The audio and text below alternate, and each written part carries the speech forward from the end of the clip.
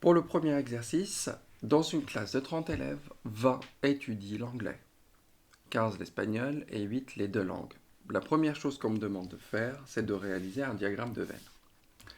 Donc là, on va faire un diagramme de veine. Donc je vais prendre, moi je vais faire des rectangles puisque j'ai des traits droits. Et je vais faire quelque chose de propre. Donc là, pour l'anglais, donc je vais prendre la couleur verte si on veut. Hop. Ici, ça sera le rectangle que je vais réserver pour l'anglais. Donc il y a un croisement entre l'anglais et l'espagnol. Hop, et on va voir ce que l'on va mettre. Et je vais choisir une couleur. Hop, et là c'est pour la classe tout entier. Hop. Une fois que j'ai fait ça, je prends mon stylo et je vais noter. Donc là on a dit anglais, espagnol et la classe dans son intégralité. Pour compléter un diagramme de veine, on va commencer par ce qu'il y a de plus à l'intérieur et après, au fur et à mesure, on va sortir. Donc là, je sais qu'il y a 8 élèves qui font les deux. Donc là, je vais mettre 8. Pour l'anglais, je sais qu'il y en a exactement 20 en tout. Donc j'ai 8 élèves qui font de l'anglais et de l'espagnol, donc il me manque 12 pour arriver jusqu'à 20. Et pour 15, donc là, 7 plus 8, ça fait 15 finalement, donc ici. Donc là, je vais faire 12 plus 8, ça fait 20, plus 7, ça fait 27. Donc combien il me reste d'élèves pour arriver jusqu'à 30? Il m'en reste 3. Parce que 30 moins 27, ça fait 3. Et voilà, donc c'est bon. J'ai fait mon diagramme de veine. On va continuer. Quel est le nombre d'élèves qui étudient l'anglais et pas l'espagnol? Donc là, il y a 12 élèves. Il y a 12 élèves qui étudient l'anglais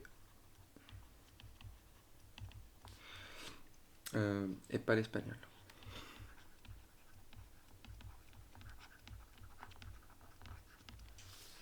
Petit 2. Là, on va rentrer dans les probabilités. On choisit au hasard une personne et donc on va noter A, l'événement, l'élève étudie l'anglais, E, l'élève étudie l'espagnol.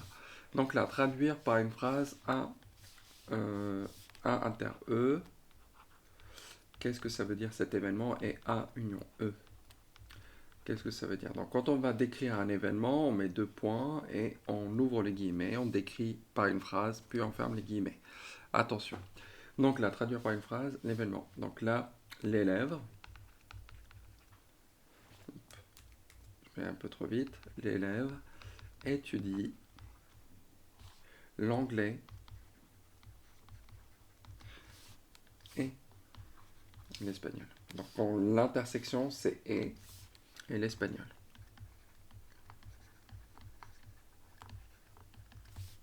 Et l'élève, pour l'union, l'élève étudie l'anglais ou l'espagnol. Si on a peur de se tromper, l'union, U, c'est ce qui s'approche le plus de OU. Donc U, ou. Voilà, pour s'en rappeler. Une fois que j'ai fait ça, petit a, on va passer au petit b, où il faut donner la probabilité de a inter e. Donc là, a inter e, donc à la fois l'anglais et l'espagnol, donc il y en a 8. 8 sur combien? 8 sur 30. Voilà, hop, donc là, 8 sur 30. Donc si je simplifie, ça va faire 4 quinzièmes. Et voilà, 4 quinzièmes. Et je vais maintenant regarder la probabilité de A union E. En tout, j'en ai combien? J'en ai, donc là je vais faire 12 plus 8 plus 7, ça me fait 27. Donc ça nous fait 27 sur 30. Et si je simplifie, ça me fait 9 dixièmes.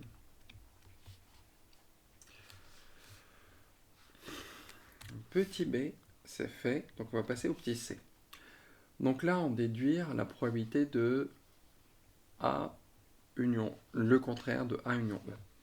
Donc là, probabilité de A union E. Normalement, quand on veut chercher la probabilité d'un événement contraire, on va faire 1 moins la probabilité de l'événement. Et voilà. Donc ici, ça nous fait 1 moins combien? 1 moins 27 trentièmes. Je laisse 27 trentièmes pour qu'on comprenne dans notre situation à quoi ça renvoie. Je rappelle que 1, c'est la même chose que 30 sur 30. Il faudra avoir le même dénominateur pour faire l'opération. 30 sur 30, ça fait 1. Moins 27 sur 30. Et ça me fait quoi? Ça me fait 3 sur 30, ou 1 dixième.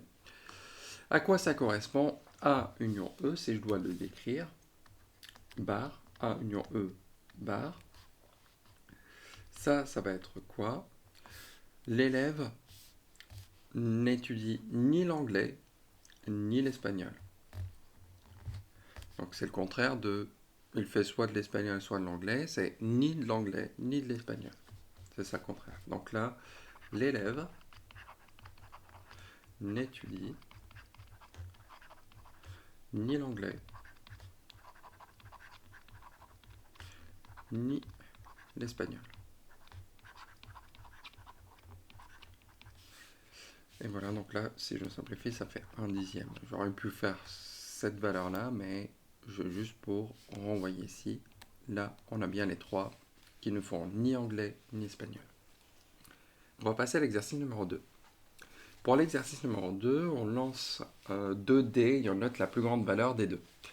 Donc là, on va faire le résultat dans un tableau. Ça nous aidera un petit peu à énumérer les cas favorables et possibles. Et voilà, donc là, on va faire. Donc là, entre 1 et 1, la plus grande c'est 1. Donc là, 2, 3, 4, 5, 6. 1, c'est forcément le plus petit, donc forcément, la valeur qui va être la plus grande entre les deux, ça va être la deuxième. Ici, entre 2 et 1, 2 c'est le plus grand. 2 et 2, et après, ça sera 3, 4, 5, 6.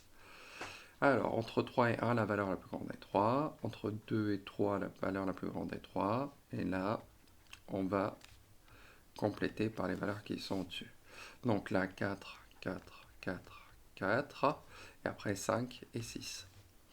On va finir par 5, 5, 5, 5, 5 et 6. Et la dernière, sachant que l'une des valeurs vaut 6, forcément, sachant que c'est la plus grande, ça va faire 6 à chaque fois. C'est bon? Donc là, entre 1 et 1, c'est 1 le plus grand. Entre 4 et 3, la plus grande valeur, c'est 4. Donc, on a compris comment on fait pour compléter ce tableau. Maintenant, on va donner la loi de probabilité. On peut donner la loi de probabilité selon un tableau. D'accord? Donc là, on va faire un tableau pour représenter la loi de probabilité.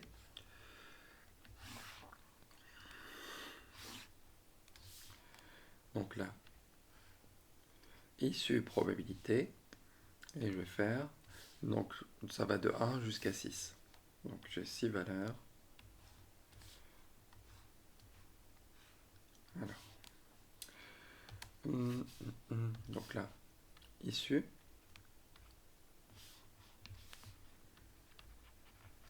Probabilité. Donc je peux avoir 1, 2, 3, 4, 5 ou 6. 1, ben, j'ai combien de valeurs? J'ai 36.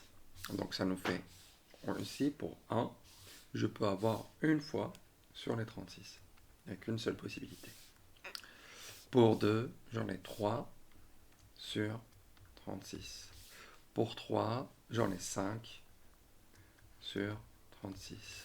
Pour 4, j'en ai combien? Je vais avoir 7 sur 36.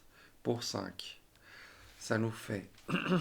donc, ça va me faire 9 sur 36. Et enfin, pour 6, je vais avoir... donc, si je ne me trompe pas, je vais avoir 11 sur 36. Et voilà, donc là j'ai donné la loi de probabilité. Je rappelle, qu'est-ce que c'est que la loi de probabilité d'une expérience? C'est de pouvoir dire pour chaque issue possibles, la probabilité correspondante. Donc là, oméga, je rappelle que oméga c'est quoi?